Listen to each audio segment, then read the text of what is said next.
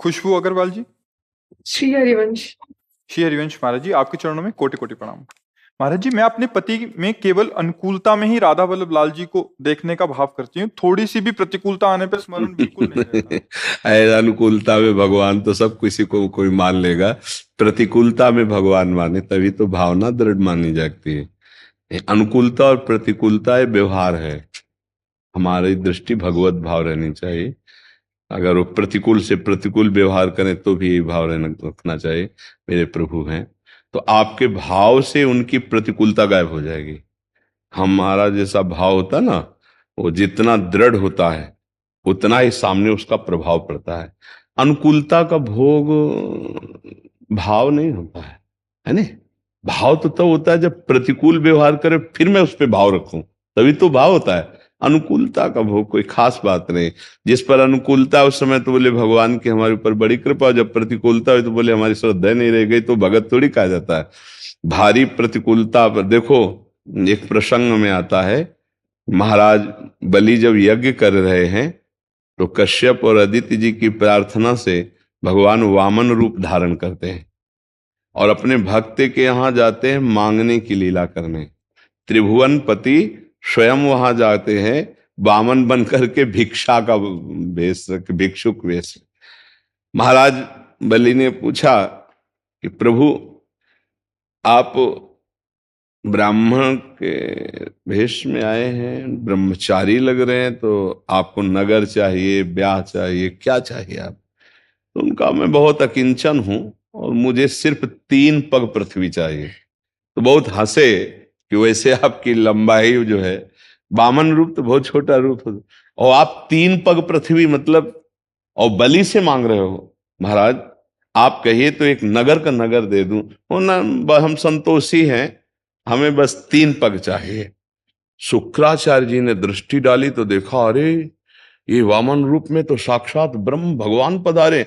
होश में संकल्प मत कर देना ये वामन रूप में और कोई नहीं, त्रिभुवनपति भगवान श्री हरि हैं। तब का गुरुदेव अब आपकी बात मानने वाले नहीं। अगर हरीश रूप में मांगने आए हैं तब तो निहाल कर दिया। वो जबरदस्ती भी ले सकते थे, जब मांगने आए तब तो अवश्य देंगे हम। अब तो चूक हो ही नहीं सकती, गुरु की भी बात नहीं मानी और संकल्प, तो उन्होंने शाप दे दिया, जा मेरी बात नहीं मानता तो श्रीहीन हो जा, संपत्तिहीन हो जा। इस पर भी परवाह नहीं की, और जब जे भी संकल्प किया भगवान ने वो रूप धारण किया कि एक ही पग ब्रह्म लोक पहुंच गया, दूसरे पग में सब नीचे के लोग नाप लिए। हम जो बताना चाहते हैं देखना, अब भगवान ने कहा गरुण जी को बांध इसको वरुण पास में, तो वरुण पास में बांध, जो प्रतिपल मृत्यु का भयानक कष्ट देता है, और कहा बड़ा दानी बनता था, कह रहा था 3 पग पृथ्वी दे दूंगा, अब बोल तीसरा पग कहां रखूं?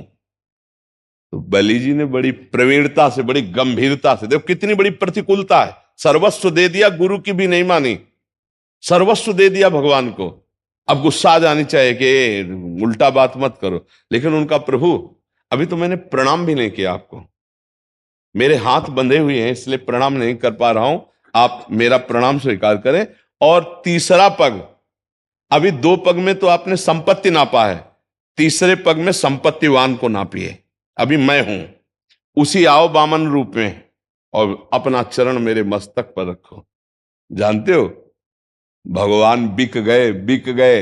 आज भी वामन रूप से बलि के दरवाजे में रसातल में भगवान खड़े हैं। प्रतिकूलता हो तब अपने प्रभु को प्रभु माने, तब बात बनेगी।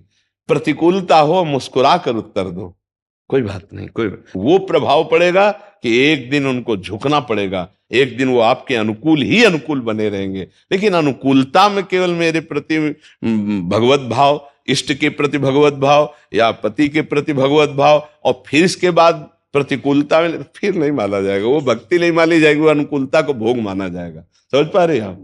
जी, प्रतिकूलता आने से ऐसा मन खेलता है कि ये माया है, राधा वल्लभ जी चले जाते हैं, माया आ जाती है कि नहीं, तो या तो सब माया ही मानो या फिर राधा वल्लभ वाला, दोनों अगर तो दुविधा में दोनों गए, माया मिले न राम। तो इसलिए एक मानो, राधा वल्लभ लाल की ही माया है सब, तो राधा वल्लभ लाल को मानो पहले अंदर वो बैठे हुए।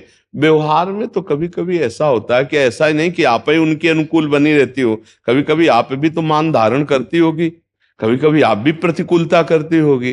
तो आप सोचो जैसे आपके मन में प्रतिकूलता आती है ऐसे उनके मन में अनुकूलता प्रतिकूलता, ये कोई स्थायी चीज नहीं, 4 मिनट की बात है।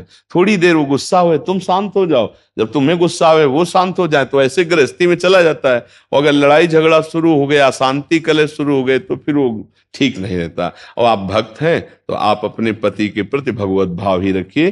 कभी जवाब ना दे तो गुस्सा शांत हो जाती है, और जब जवाब पे जवाब देता चला जाए तो फिर गुस्सा बढ़ती चली जाती है। गुस्सा के बाद फिर 2 बातें आती हैं, एक होती गाली, क्रोध का स्वरूप इसी में आता है, कड़वे वचन बोलना, गाली बोलना, और फिर तीसरा होता प्रहार करना। तो यहां तक बात ना पहुंच पावे, उत्तर प्रत्युत्तर ना दे। जब आप सामने वाला क्रोधित हो तो शांत हो जाना चाहिए। थोड़ी देर बाद जब उसका दिमाग शांत होगा तब फिर बात कर ले। क्रोधित समय में बात ना करे, ये धर्म ऐसा आदेश करता है। आप क्रोधित है वो आप उत्तर प्रत्युत्तर, तो फिर आगे बढ़ जाएगा, फिर घर गृहस्थी में बड़ी हानि हो जाएगी।